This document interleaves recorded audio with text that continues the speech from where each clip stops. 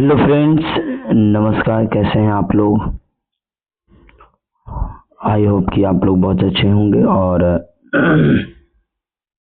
फिर से मैं एक बार आप लोगों के बीच लेकर के आया हूँ हिंदी क्लास 7 का रिवीजन क्लास। रिवीजन क्लास बोले तो आप लोगों का जो एग्ज़ाम होने वाला है कल यानी 13 तारीख को, तो वसंत, उसका हम लोग रिवीजन क्लास लेकर के आए हैं।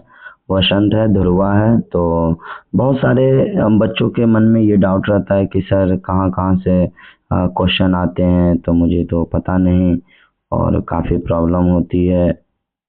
तो उसी सब प्रॉब्लम को दूर करने के लिए मैं इस वीडियो को लेकर के आया हूँ। यह वीडियो आप लोगों के लिए काफ़ी इम्पोर्टेंट है। और जितने भी वीडियो मैंने अब तक बनाया तो लगभग वहाँ से बहुत सारे सवाल बच्चों को एग्ज़ाम में देखने के लिए मिला। तो फिर से मैं एक बार आप लोगों के लिए लेकर के आया हूँ वीडियो। यह वीडियो होगा क्लास 7 हिंदी वसंत, और इसमें हम वह क्वेश्चन सबको डिस्कस करेंगे जो क्वेश्चन एग्ज़ाम में आने का पूरा पूरा चांस रहेगा। तो चलिए, आप लोग वीडियो शुरू करने से पहले एक बार वीडियो को लाइक कर दीजिए और वीडियो को अपने सभी दोस्तों में शेयर कर दीजिए। और इससे क्या होगा कि आप सभी दोस्तों को भी हेल्प मिल जाएगा कि कहाँ कहाँ से क्वेश्चन है, क्वेश्चन किस तरह से हैं, उनके आंसर कितने हैं, कैसे लिखने हैं। तो आप जानते हैं कि हम लोगों को एग्ज़ाम जो देना है, पहला जो लघु उत्तरीय होता है वो 50 से 60 शब्दों में उत्तर देना है। उसके बाद आपको एक क्वेश्चन और देखने के लिए मिलेगा जो कि आपको 100 शब्दों में उत्तर देना है। तो दो टाइप का क्वेश्चन रहेगा। एक रहता है ऑब्जेक्टिव। आपको बता दें कि जो लघु उत्तरीय प्रश्न रहेगा वो आपको दो क्वेश्चन रहेगा, 2.5 नंबर करके दिया हुआ रहेगा, टोटल 5 नंबर का। उसके बाद आपका 100 शब्दों में जो रहेगा उस क्वेश्चन को आपको 100 शब्दों में लिखना है, जिससे कि आपको 5 नंबर मिलने वाला है। इसमें हम 3 टाइप का क्वेश्चन करवा देंगे आपको। देखिए, हम इस सीरीज में का ये हम कुछ अलग किए हैं कि आपको इसी सीरीज में fill in the blanks, match the following, सभी चैप्टरों का 5-5 क्वेश्चन भी हम ऐड किए हैं, जिससे कि आप लोगों को हेल्प हो सके एग्जाम में कि कहीं ये 5 क्वेश्चन जो सभी चैप्टरों से दे रहे हैं, और इसी सभी चैप्टरों के अंदर से आपको 5 ही फिल इन द ब्लैंक्स मिलेंगे और 5 मैच द फॉलोइंग मिलेंगे। इस चीज को ध्यान दीजिएगा। तो चलिए, हम लोग बिना देरी किए हुए क्लास को आगे बढ़ाते हैं। आप सभी बच्चे देख रहे होंगे MD classes bye Zahid sir, है ना, यूट्यूब चैनल आप देख सकते हैं, डियर जाहिद सर। त्रैमासिक परीक्षा का ये रिवीजन नोट्स है। आप लोगों को पीडीएफ चाहिए तो आप लोग हमारे व्हाट्सएप नंबर पे जा करके मैसेज करें।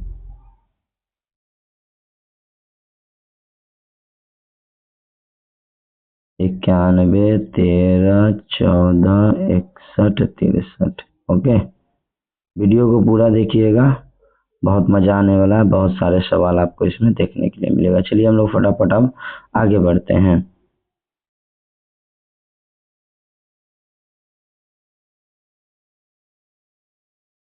देख सकते हैं भागवन वसंत, ठीक है। पहला क्वेश्चन है यहाँ पर चैप्टर से, हम पंछी उन्मुक्त गगन के, यह क्या है? तो हम पक्षी उन्मुक्त गगन के, यह एक कविता है और जिसके लेखक है शिव मंगल सिंह सुमन। बेटा, यहाँ से भी आपका सवाल ऑब्जेक्टिव में देखने के लिए मिलेगा कि हम पक्षी उन्मुक्त गगन का विधा क्या है, पूछेगा विधा क्या है। तो विधा आपका कविता है।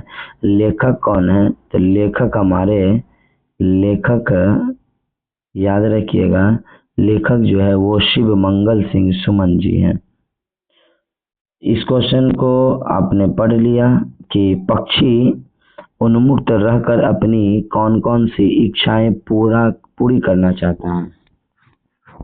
तो याद रखिएगा, जो पक्षी होता है भाई, उन्मुक्त में रहकर कड़वी निबोरिया खाना, खुले में असीम आसमान में उड़ना, भरना नदी का बहता हुआ शीतल जल पीना, पेड़ की सबसे ऊंची फुलंगी पर झूलना, क्षैतिज के अंत तक पहुंच ही होर लगाने वाली इच्छाओं को पूरा करना चाहता है।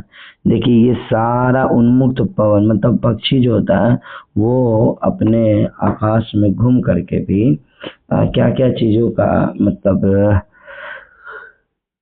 इच्छा चाहता है। तो ये सभी चीज उनकी इच्छाएं हैं। तो आप इन सभी चीजों को एक बार गौर से देख लीजिए, पढ़ लीजिए और इसको याद कर लीजिए। अगला क्वेश्चन है पक्षियों को पालना उचित है अथवा नहीं, यह बात बताना अपने विचारों से। क्या पक्षी को, ये जो हमारे पक्षी होते हैं, क्या पक्षी को पालना चाहिए?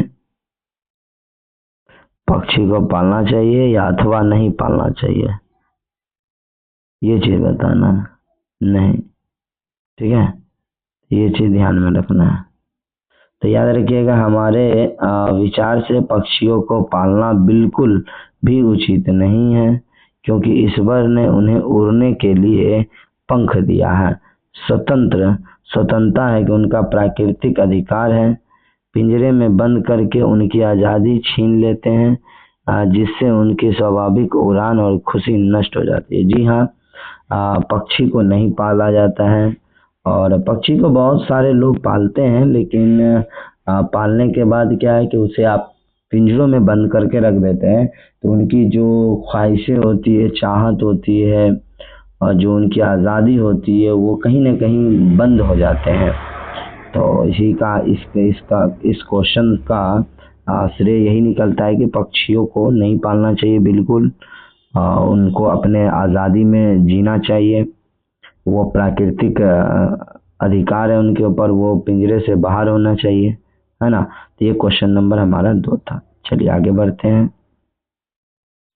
देखिए 2 को हम क्वेश्चन लिए थे इस चैप्टर से, और 5 फिल इन द ब्लैंक्स और मैच द फॉलोइंग का क्वेश्चन लिए थे। तो फिल इन द ब्लैंक्स का क्वेश्चन बेटा तुम लोग देख सकता है कितना बेहतरीन तरीके से हमने 5 को सेट किया है। तो हम पक्षी उन्मुक्त गगन के, क्या होगा, है ना, पिंजरबद्ध होना चाहिए, मतलब पिंजरा में नहीं होना चाहिए, ठीक है। दूसरा है कनक तिलिया से टकराकर पुलिकित पंख डैश जाएंगे, टूट जाएंगे, ठीक। कहीं भली है कटोर डैश कनक कटोरी का पैदा से, तो निगोरी, क्या हो जाएगा इसका आंसर, निगोरी हो जाएगा। स्वर्ण श्रृंखला के डैश में अपनी गति उड़ान सब भूल जाते हैं बंधन में। जैसे पिंजरा में तुम इसको बंद कर दिया तो वो क्या होता है, सारा उसी में बैठ जाएगा, और जब ज्यादा दिन बैठने के बाद उसको क्या होता है, वो उड़ना भी भूल जाता है, ठीक है। अगला है या तो क्षितिज मिलन बन जाता है, या तनी सांसों की डैश हो जाती है डोरी। ये हमारे थे 5 फिल इन द ब्लैंक्स। हम लोग 5 इसका मैच द फॉलोइंग को देख लेंगे इस चैप्टर से। मिलान कीजिए, ठीक। उन्मुक्त गगन के, उन्मुक्त क्या है, गगन के। अगला है पुलिकित जो है क्या, पंख। कटूर क्या है भाई, निबोरी। कनक कनक तिलिया स्वर्ण श्रृंखला। ओके, ये थे हमारे 5 इस चैप्टर से, मैच द फॉलोइंग और 5 फिल इन द ब्लैंक्स। चलिए आगे बढ़ते हैं दूसरे चैप्टर की ओर और दूसरे क्वेश्चनों की ओर। तो इस क्वेश्चन से भी हमने 2 क्वेश्चन लिया है, और 2 क्वेश्चन और 5 objective fill in the blanks और 5 ऑब्जेक्टिव मैच द फॉलोइंग। तो इसमें हम लोग क्वेश्चन लिए कि सिंधु और ब्रह्मपुत्रा की क्या विशेषता बनाई गई। सिंधु और ब्रह्मपुत्रा, ठीक है। तो सिंधु और ब्रह्मपुत्रा हिमालय हिमालय की ऐसी 2 महान नदियां जिनका नाम सुनते ही अन्य छोटी बड़ी नदियां की याद आने लगती है। ये दोनों नदियों जो है बेटा,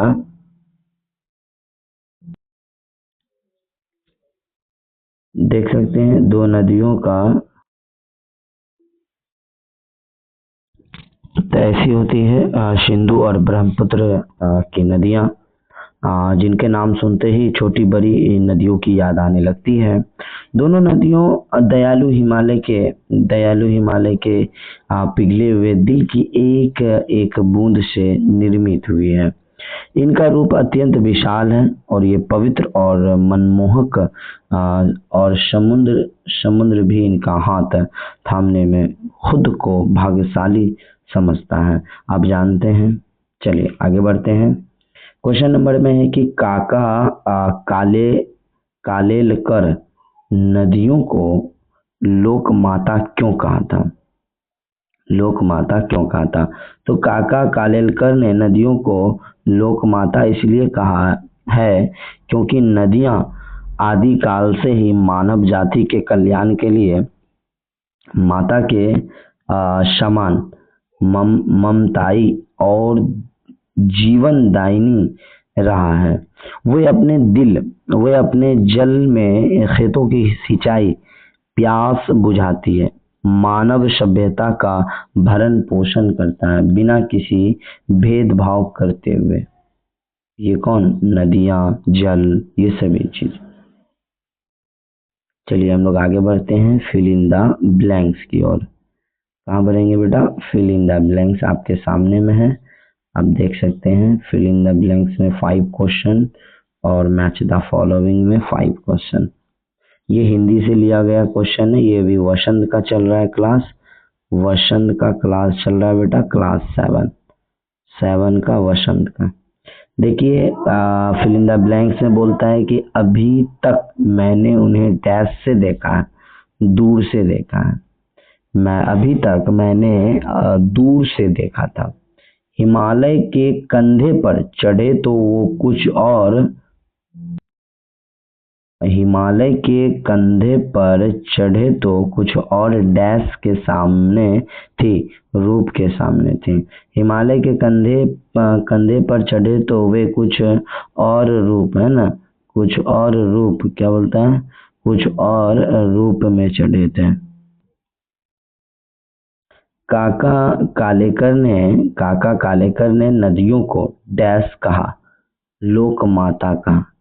काका ने नदियों को क्या कहा? तो नदियों को लोक माता कहा बेटा, लोक माता। चलिए आगे बढ़ते हैं। और सिंधु और ब्रह्मपुत्र के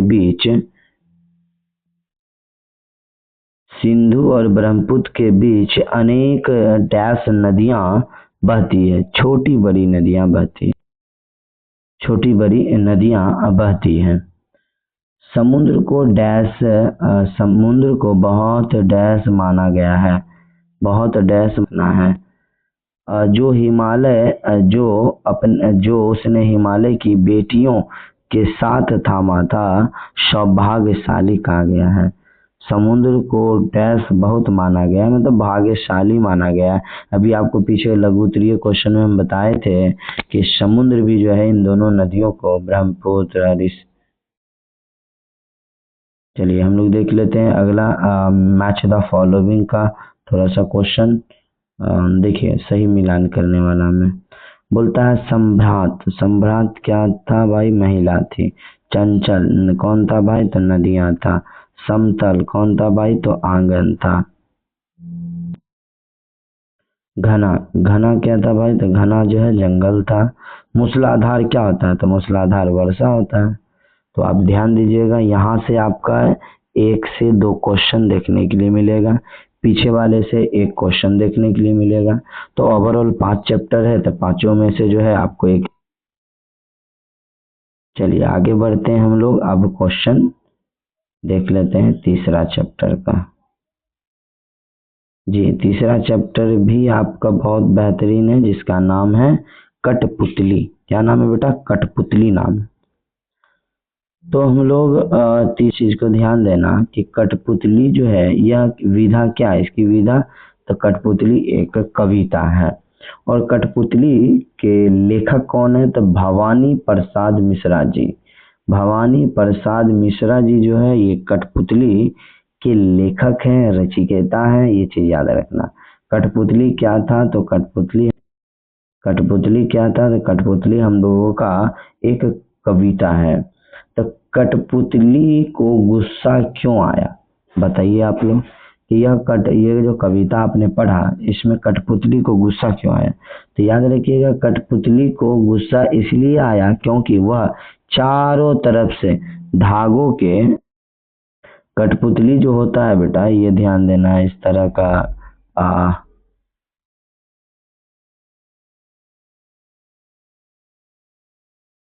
इस तरह का कठपुतली के हाथ में जो है ना चारों तरफ से धागा बांध देता है और इसको ऐसे ऐसे ऐसे ऐसे डांस करवाता है। ये मतलब ऐसे बता बाबू, बनेगा तो नहीं, लेकिन हम तुमको थोड़ा सा ऐसे बता रहे हैं, ठीक है। तो कठपुतली को गुस्सा इसलिए आ जाता है कि कठपुतली को जो है ना चारों तरफ से धागा से जो है बांध दिया जाता है ना, बांध दिया जाता है। चाहा तो कठपुतली को गुस्सा इसलिए आया क्योंकि वह चारों तरफ से धागों से बंधन में बंधी हुई थी और उसे हमेशा दूसरों के इशारों पर ही नाचना पड़ता था। यस या नो, आप लोग मेला वाला में देखे होंगे तो कठपुतली को नचाता कौन था, जो मेला में जो देखता होगा लेके कठपुतली खड़ा है, वो अपने उंगली में धागा को फंसा लेता था, जिस तरह से वो एक्टिविटी करे वो उस तरह से ही डांस करता था। तो इसी सब कारण से कठपुतली को काफी ज्यादा गुस्सा आया। वो चाहती थी हम अपने स्वतंत्र हो करके डांस करें, क्या ऐसा है, तो इसीलिए करके गुस्सा आया था और कोई बात नहीं था। चलिए अगला क्वेश्चन है कि कठपुतली को अपने गांव पर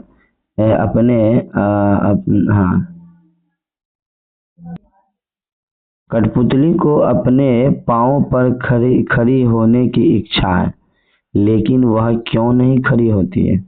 देखिए, कठपुतली जो थी उसको अपने पाँव पर खड़ा होने का काफी इच्छा था, लेकिन वो खड़ा हो सकता है। तो देखिए, कठपुतली अपने पाँव पर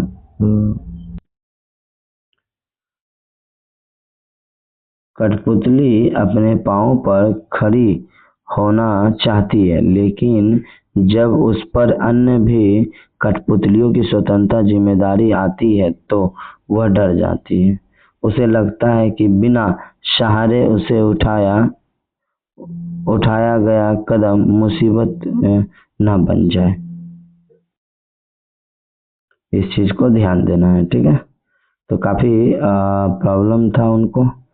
आगे देखिए क्वेश्चन क्या है, कविता से ही नीचे दिए गए स्वतंत्र आंदोलन के 2 स्वतंत्रता सेनानियों का नाम लिखिए।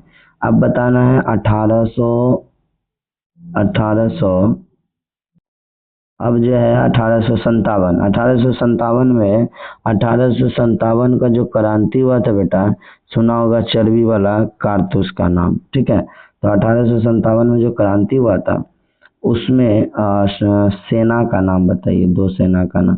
तो उसमें एक मंगल पांडे का नाम आता है, उसके बाद रानी लक्ष्मीबाई का भी नाम तुम सुना होगा, तो रानी लक्ष्मीबाई का भी नाम आता है। बात कर लेते हैं 1942, है ना, भारत छोड़ो आंदोलन का नाम सुना होगा, है ना, भारत छोड़ो आंदोलन का नाम तुम लोग तो भारत छोड़ो आंदोलन, ठीक है, 1942 की घटना।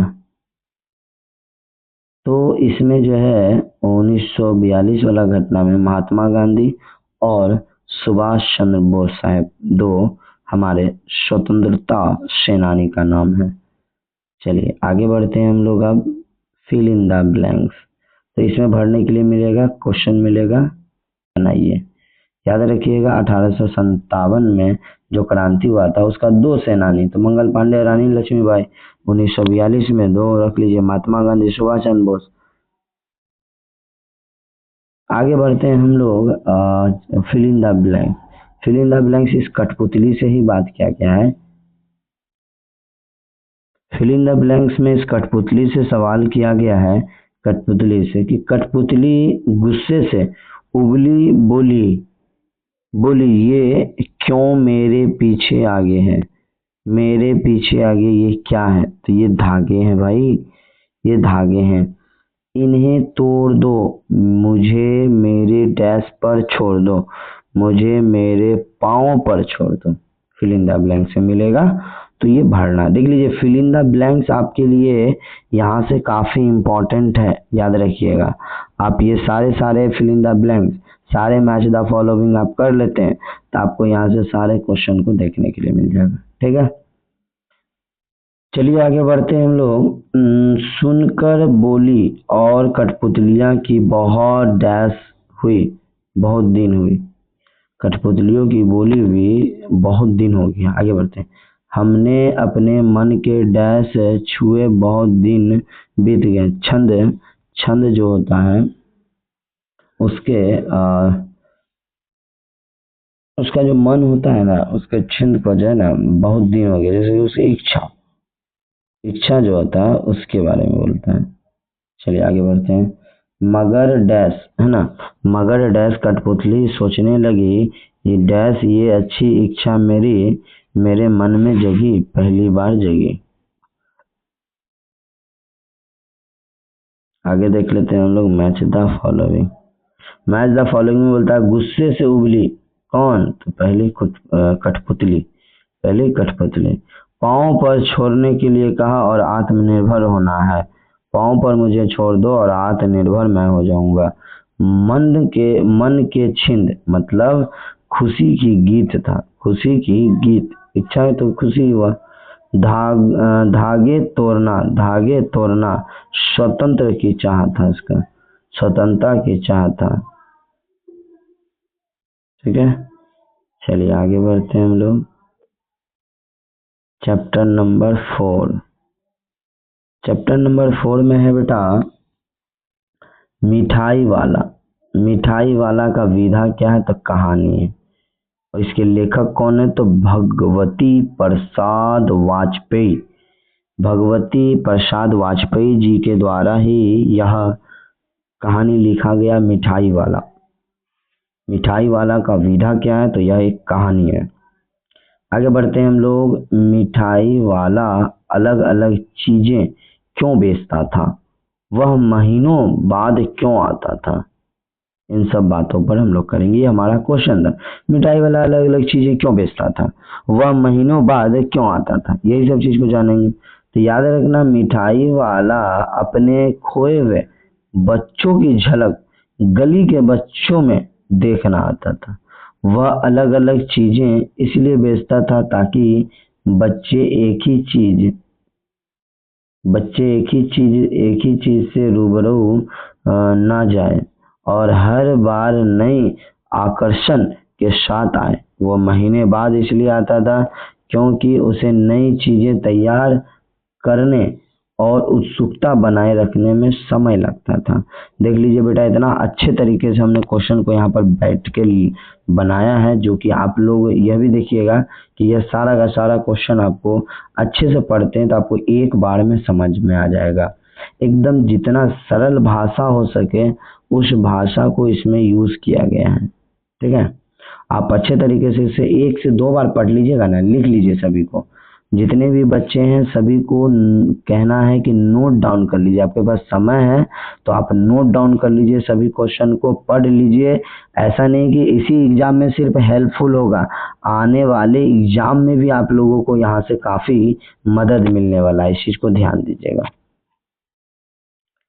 चलिए क्वेश्चन क्लियर हो गया। अगला है, मिठाई वाले में कौन से गुण थे, मिठाई वाले में कौन से गुण थे जिनकी वजह से तो बच्चे बड़े बड़े भी उसकी ओर खींचा चलाते थे। पता है आपको, गांव टोला में देखते होगे कि क्या कहता है, साइकिल से जो है, साइकिल से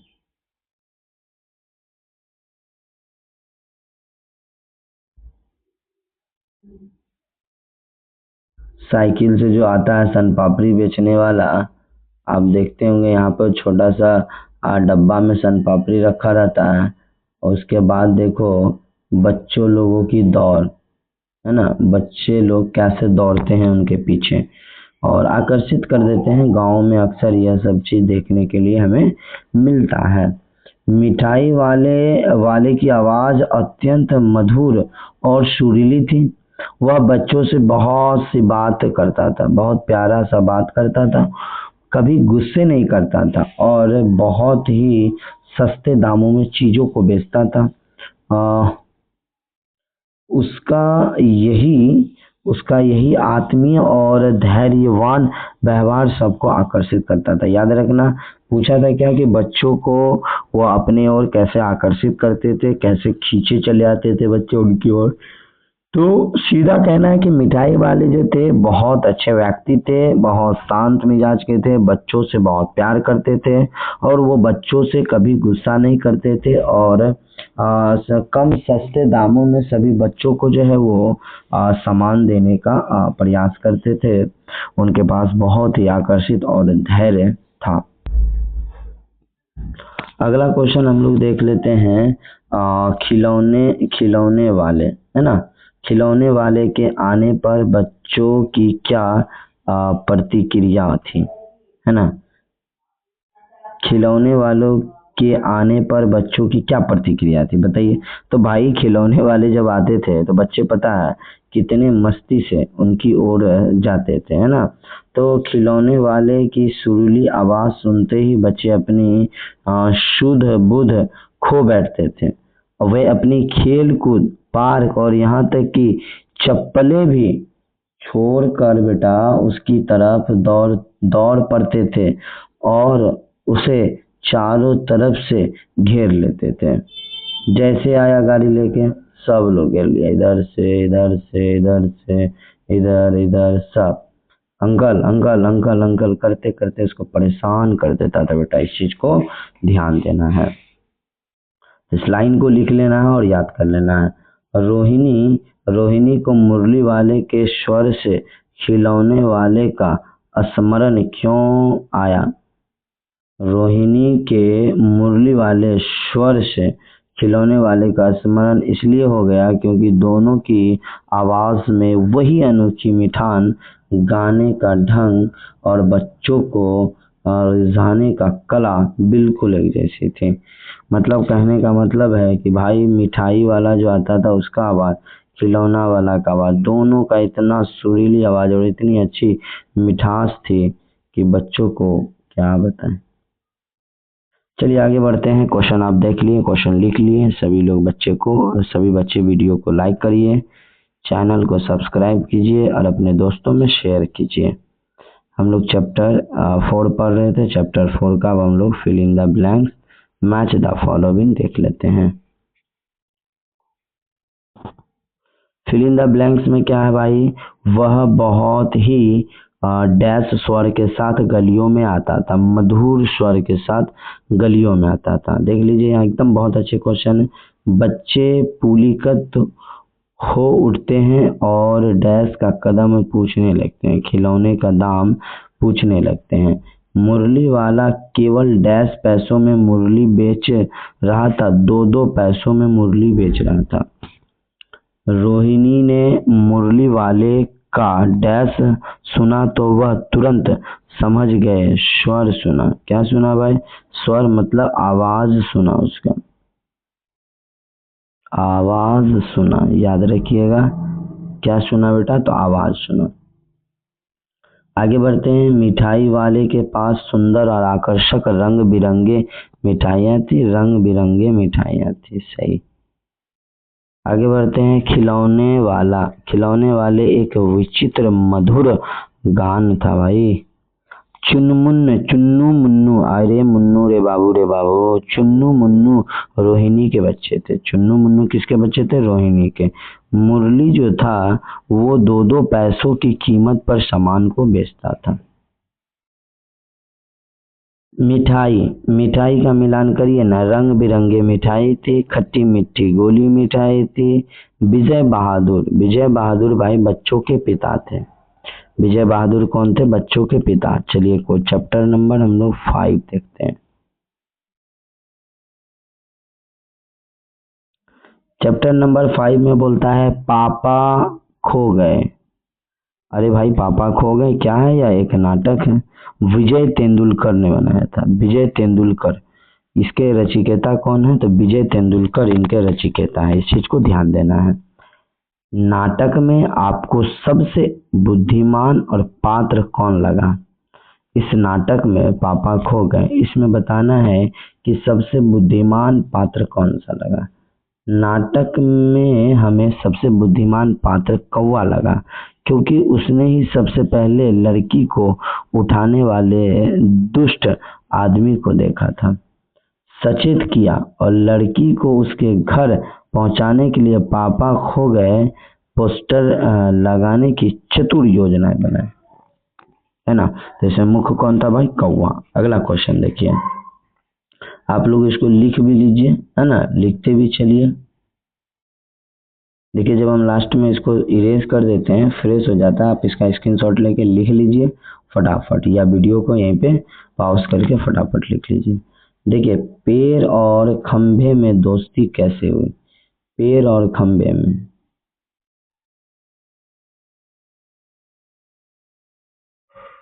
पेड़ और खंभे में दोस्ती कैसे हो गई?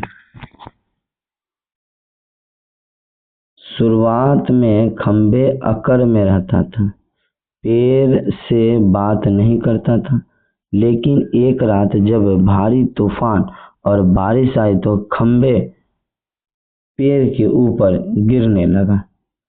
पेड़ ने खुद को जख्मी करके भी खंभे को गिरने से बचा लिया। इस घटना के बाद दोनों अहंकार दूर हो गया और उसमें पक्की दोस्ती हो गया। पता है, खंभा भी था और पेड़ भी था, ठीक। आंधी आया, एक खंभा इस पे गिर गया, तो इसका भी अकड़ झड़ गया और इसका भी अकड़ झड़ गया। इसको लग रहा था मेरे ऊपर कुछ नहीं गिरेगा, इसको लग रहा था हम नहीं गिरेंगे, तो ये भी गिर गया बेटा इसी के ऊपर, तो इसका अकड़ झड़ गया, ठीक। चलिए अगला क्वेश्चन है, लाल ताऊ किस प्रकार के पात्र से भिन्न थे? लाल ताऊ किस प्रकार के पात्र से भिन्न थे? तो बता दें कि लाल ताऊ लेटर बॉक्स अकेले ऐसा पात्र है जो पढ़ा लिखा है, अखबार पढ़ सकता है, मीठे सोहर गुनगुना सकता है, बड़ों की समझदारी भरी बातें करता है, इसलिए वह बाकी निर्जीव पदार्थों से अलग था। आगे बढ़ते हैं क्वेश्चन लेकर के हम लोग। आगे है कि पेड़ और खंभे की दोस्ती एक भीषण तूफान के कारण हुआ। पेड़ और खंभे की दोस्ती कैसे हुआ? तो भाई तूफान के कारण। लेटर बॉक्स को सभी प्यार से डैश करते थे, ताऊ, लाल ताऊ करते थे। लड़की को उठाने वाला आदमी बहुत डैश चालाक था, दुष्ट आदमी था। रात के समय जब सब सो जाते तब अखबार पढ़ता था, लेटर बॉक्स। लड़की के माता पिता को ढूंढने की योजना डैश ने बनाई, कौवे ने बनाई।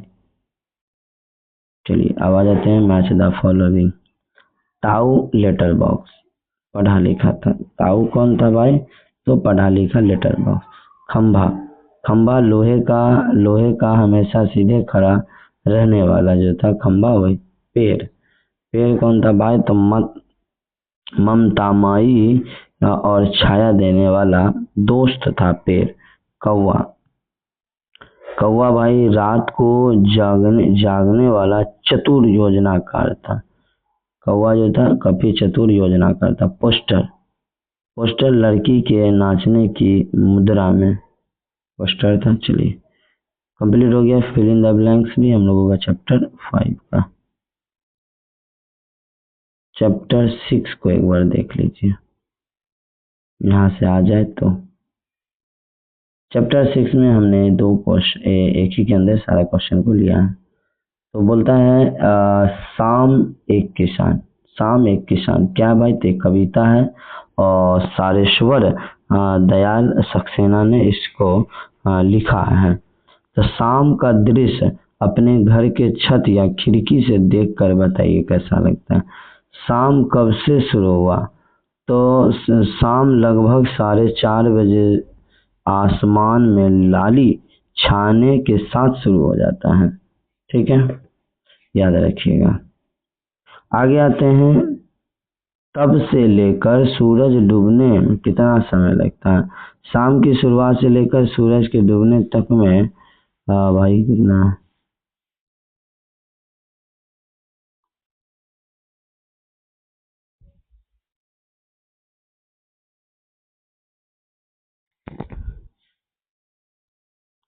अ, मानो तो मानो तो 4:30 बजे आपका दिन रहता है तो 6 बजे 1.5 घंटा मतलब 15 मिनट, 15 मिनट 25 मिनट मानो तो ये जो है ऐसा लगता है, ठीक है, समय लग जाता है। इस बीच आसमान में क्या क्या परिवर्तन आए? आसमान का रंग पहले पीला, फिर नारंगी, फिर गहरा लाल, अंत में पूरी तरह से अंधकारमय यानी काला हो जाता है। ये हो गया। चलिए इसका फिल इन द ब्लैंक्स का क्वेश्चन हम लोग देख लेते हैं। आकाश का साफा आकाश का साफा बांध कर डैश बैठा है एक किसान। पहाड़ पहाड़ बैठा है एक किसान। घुटनों पर पड़ी है नदी डैश सी चादर, चादर सी। पास ही दहक पास ही दहक रहा है डैश के जंगलों की अंगीठी, पलाश की जंगलों की अंगीठी। अंधकार सिमटा बैठा है पेड़ों के गले सा, डैश गले सा। अचानक बोला डैश जैसे किसी ने आवाज दी, सुनते हो? मोर ने आवाज दी। अचानक मोर जैसे किसी ने आवाज दी, सुनते हो? आगे बढ़ते हैं। इसका चैप्टर 6 का हम लोग मैच द फॉलोइंग देख लेते हैं। मैच द फॉलोइंग में क्या है बेटा? नदी नदी क्या है भाई? चादर सी थी। भेड़ों का गले सा, पानी का पर्दा सा, कुत्ता मरियल सा, चिड़िया नन्ही सा। ये ओवरऑल हम लोगों का चैप्टर 1 से चैप्टर 6 तक का लघु क्वेश्चन और दीर्घ क्वेश्चन और ऑब्जेक्टिव क्वेश्चन कंप्लीट हो गया बेटा, ध्यान देना। चैप्टर 1 से 6 हिंदी का। तो ओवरऑल जितना भी अभी तक आप लोग वसंत का अभी हम जितना भी बताएं क्वेश्चन, सारा का सारा बेटा हम अभी वसंत से बताए हैं। इसी से सबसे ज़्यादा क्वेश्चन आता है, सबसे ज़्यादा क्वेश्चन यहीं से देखने के लिए मिलता है, ठीक है। तो चलिए हम लोग अब आगे बढ़ते हैं और देख लेते हैं। एक बुक और भी आपके पास है जिसका नाम है ध्रुवा। तो कुछ कुछ क्वेश्चन हमने उसका भी करके रखा है, तो आप एक बार उसको भी देख लीजिए। देखिए फटाफट इसका कराएंगे, ज़्यादा समय हम लेंगे नहीं, है ना। तो इससे हम लोग करते हैं ध्रुवा से। ध्रुवा भी हमारे पास है, पढ़ लेते हैं, देख लेते हैं। कुछ कुछ क्वेश्चन है। चिड़िया और चुड़गुन ये एक कविता है। इसके लेखक है हरिवंश राय बच्चन, हरिवंश राय बच्चन। चुड़गुन अपने उड़ने के बारे में बार बार माँ से क्या पूछता है? तो वो अपने माँ से पूछता है। चुड़गुन अभी छोटा सा बच्चा है। वह थोड़ा सा उड़कर एक डाल से दूसरी डाल पर जाता है। पत्तों को हिलाते हुए उसे लगता है कि वह उड़ने सीख गया है। अपनी इच्छा जिज्ञासा असमंजस के दूर करने के लिए वो बार बार अपनी माँ का अरमान मांगता है। चुड़गुन है ना, चुड़गुन को कौन कौन सी चीजें अच्छी लगती है? तो चुड़गुन को डालियां पर घूमना, हरे भरे पत्तियों का हिलाना, जमीन पर गिरे दानों को चुनकर खाना, यह सब चीज उसको अच्छा लगता है। लिख लीजिएगा क्वेश्चन आप लोग, ठीक है।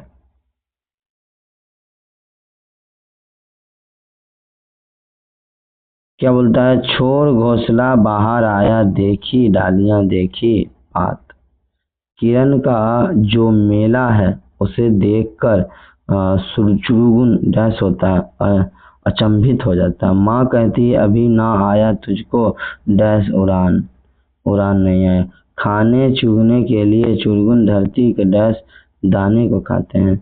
उसे नीले डैश की असीम ऊंचाई लगती है, गगन की ऊंचाई लगती है।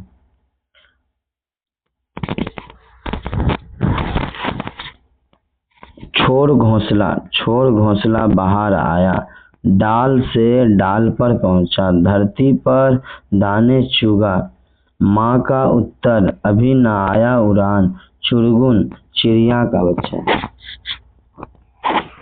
चुड़गुन कौन था? तो चिड़िया का बच्चा था। चलिए आगे बढ़िए। चैप्टर 2।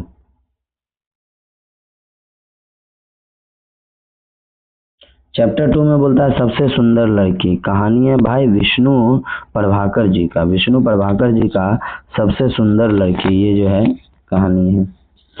तो हर्ष का पिता क्या काम करता था? तो हर्ष का पिता जो है ना, हर्ष का पिता समुद्र के किनारे रहता था। वह जाल बुनने और मछलियों पकड़ने का काम करता था। समुद्र के सुंदर सीपियों को शंख इकट्ठे करता था। ठीक है। मंजरी का कनक क्यों नहीं भाती? मंजरी का कनक क्यों नहीं भाती? तो मंजरी शहर एक अमीर और सुंदर लड़की थी। कनक एक गरीब मल्लाह की बेटी थी जो शामली थी, फटे पुराने कपड़े पहनती थी। मंजरी को कनक इस तरह रहना कि हर्ष के साथ समय खेलना बिल्कुल पसंद नहीं था। चलिए आगे बढ़िए।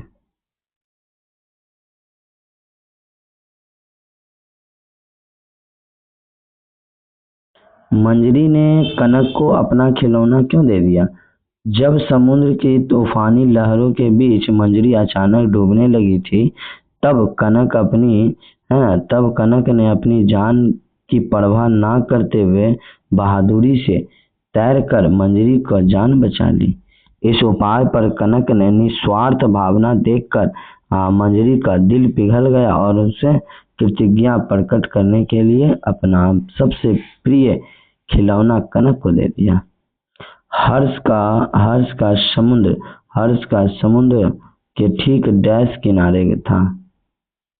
मंजरी को अपने गोरे रंग और सुंदरता पर बहुत ही घमंड था। कनक बहुत ही लहरों में बहुत तरह से वो तैरना था। मंजरी की जान बचाने के बाद कनक डैश लड़की बनी, सबसे सुंदर लड़की बनी। समुद्र से इकट्ठी की गई सीपियों के सुंदर डैश बनाए गए, खिलौने बनाए गए।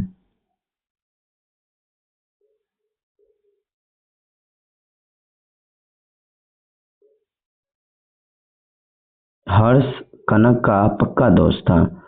हर्ष जो था कनक का पक्का दोस्त था। मंजरी शहर से आई कलाकार की बेटियां थी। मंजरी जो थी वो शहर से आई हुई कलाकार की बेटियां थी। कनक साहसी और गरीब मल्लाह का बेटी था। समुद्र की लहरें भयानक और उफलती हुई थी। सीपियां और शंख ये सुंदर आभूषण की मालाएं। चैप्टर 3 हम लोग देख लेते हैं। चैप्टर 3 बोलता है मैं हूँ रोबोट। यह एक निबंध है। मैं हूँ रोबोट एक निबंध है। राजीव गर्ग ने इस निबंध को लिखा है। देखिए, तुम में और रोबोट में क्या अंतर है? बताओ, ये तुम हो और ये रोबोट है। ठीक, ये तुम हो और ये रोबोट है। तुम में और रोबोट में क्या अंतर है? हम एक सजीव मनुष्य है जिसके पास भावनाएं होती हैं, बुद्धि होती है, सुख दुख, आहस और सोचने की प्रकृति क्षमता होती है। इसके विपरीत रोबोट एक निर्जीव यांत्रिक पुतला मशीन है, बिजली और कंप्यूटर प्रोग्रामिंग निर्देश पर काम करता है। उसके पास अपनी कोई भावनाएं, स्वतंत्र सोच नहीं होती है। समझ गए क्या होता है? तुम में और रोबोट में क्या अंतर होता है? रोबोट वास्तव में डैश का पुतला है, यांत्रिक का पुतला है। रोबोट के सोचने की शक्ति उसके भीतर डैश द्वारा नियंत्रित किया जाता है, कंप्यूटर द्वारा। रोबोट एक ऐसे काम भी कर सकता है जो इंसान के लिए अत्यंत होते हैं, खतरनाक होते हैं। रोबोट को काम करने के लिए बिजली की आवश्यकता होती है, मतलब ऊर्जा की आवश्यकता होती है। रोबोट को इंसानों की तरह और भावनाएं नहीं होती है, संवेदनाशील की भावनाएं नहीं होती है।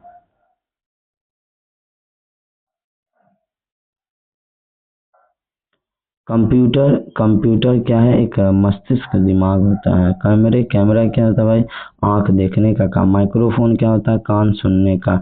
मोटर और गियर क्या होता है, हाथ पैर और मांसपेशियों को। बैटरी क्या होता है, रक्त और ऊर्जा के लिए। चलिए आगे बढ़ते हैं। चैप्टर लास्ट चैप्टर है आप लोगों को, हमको लगता है 4 या 5 चैप्टर होगा। चैप्टर 4 को आप लोग फटाफट देख लीजिए। गुब्बारे पर चीता। गुब्बारे पर चीता ये क्या है भाई, तो ये कहानी है, ये प्रेमचंद के द्वारा लिखा गया है। तो हेडमास्टर साहब ने बच्चों को सर्कस में जाने के लिए क्यों मना कर दिया।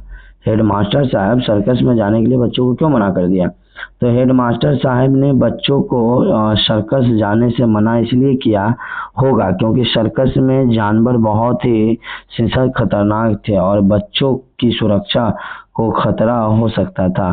साथ ही चाहते थे कि बच्चे अपनी पढ़ाई पर ध्यान दें। ठीक है, यही बात थी, हमारे हेडमास्टर साहब ने मना कर दिया। सर्कस के बारे में कौन कौन सी अफवाहें फैली थी। अफवाहें फैली थी कि सर्कस में आया हुआ चीता इतना बड़ा और खतरनाक है कि वह पलक झपकते ही आदमी को खा जाता है और वह जानवर अजीबो गरीब करतब दिखाते हैं, तो जो किसी जादू से कम नहीं है। तो यही सब अफवाह था भाई, झूठ बोल दिया फालतू का, है ना। अभी जैसे हम लोग के गांव में अफवाह हो जाएगा कि यहाँ सलमान खान आने वाला, शाहरुख खान आ रहा है, ये आ रहा है, वो आ रहा है, झूठ बोल दिया, आया कोई नहीं। ठीक है, तो बलदेव बलदेव सर्कस में जाकर निराश क्यों हो गया। तो बलदेव ने सर्कस के जानवरों के बारे में जैसी बड़ी बड़ी बातें सुनी थी, वहाँ वैसा कुछ नहीं था। उसने देखा कि शेर बूढ़ा और कमजोर था, भालू के बाल झरे हुए थे और चीता भी सुस्त था। जानवरों की ऐसी दयनीय स्थिति देखकर बलदेव बुरी तरह से निराश हो गया भाई। यहाँ पे बोला हट्टा कट्टा सब है, वहाँ गया था साला पैरालाइज मिल गया, बीमारी वाला सब। तो गुस्सा आ गए। बलदेव अपने स्कूल के बच्चों के दोस्तों के साथ डैश जाना चाहता था, सर्कस जाना चाहता था। हेडमास्टर साहब ने डैश निकाला था कि कोई वहीं नहीं जाएगा, अभी बिना आदेश से निकाला। ठीक है, बलदेव चुपके से एक डैश लेकर सर्कस की ओर भाग गया, चवन्नी लेकर के भाग गया था। अचानक चीता और बलदेव दोनों एक उड़ते हुए डैश पर खो गए। गुब्बारे पर हवा में ऊपर जाने पर चीता और सारा गुस्सा डैश के सारे निकला भाई, रोब के निकला। बलदेव बिना बताए सर्कस जाने वाला लड़का जो था उसी का नाम बलदेव था। बूढ़ा शेर दिखाने में बिल्कुल शक्तिहीन सुस्त था। गुब्बारा गैस से भरा हवा में उड़ने वाला एक गुब्बारा। चीता डर के मारे दुम दबाकर बैठने वाला चीता। हेडमास्टर साहब अनुशासन बनाए रखने वाले शिक्षक जो थे उन्हीं को हेडमास्टर साहब कहते हैं। चलिए आगे बढ़ते हैं, चैप्टर शायद 5 होगा, चैप्टर 6 भी है क्या। जी चैप्टर 6 भी है, इसके बाद नहीं है, 2 चैप्टर है, हम लोग फटाफट कर लेते हैं।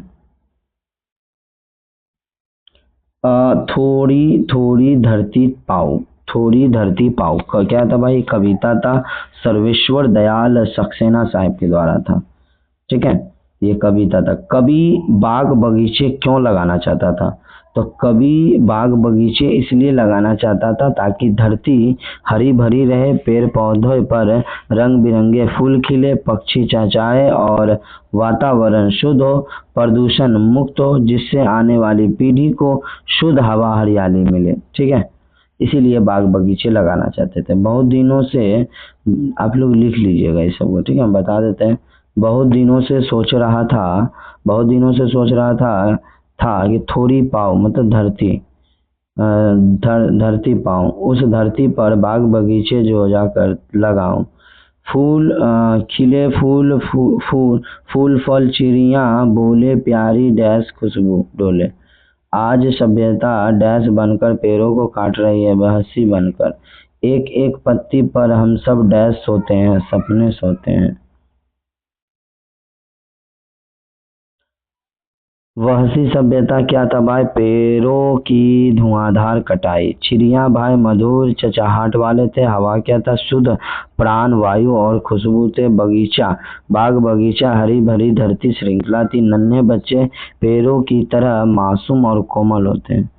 आज अब हिंदी का रिवीजन का लास्ट चैप्टर 6 अब हम लोगों का लास्ट चैप्टर है और इस वीडियो का लास्ट चैप्टर होगा।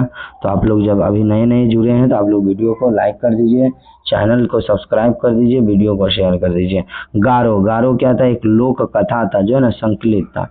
पाठ के आधार पर गारो जनजाति के बारे में कुछ पंक्तियां लिखिए। गारो जनजाति भारत के उत्तर पूर्वी मुख्यतः मेघालय में रहने वाली अत्यंत शांति प्रिय और पश्चिमी प्रकृति में प्रेम करने वाली जनजातियां एक गारो खासी होता है। इस जनजाति के लोग अपने महान पूर्वज जापा जलीनपा शुक्पा बोंगापा बहुत आदर करते थे, जिन्होंने उन्हें शहर राह दी। गारो लोग एक स्थान पर क्यों बसना चाहते हैं? गारो लोग शुरुआत में भोजन और सुरक्षित ठिकाने की तलाश में जंगलों और पहाड़ों में भटकते रहते हैं। मौसम की मार, हिंसक जानवरों के डर और खेती की अस्थायी जमीन न होने के कारण एक सुनिश्चित उपजाऊ स्थान पर अस्थायी रूप से बसना चाहते हैं।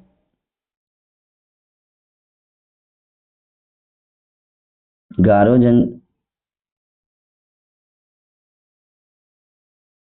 जनजाति के लोग स्वभाव के अत्यंत डैश होते हैं, परिश्रमी होते हैं।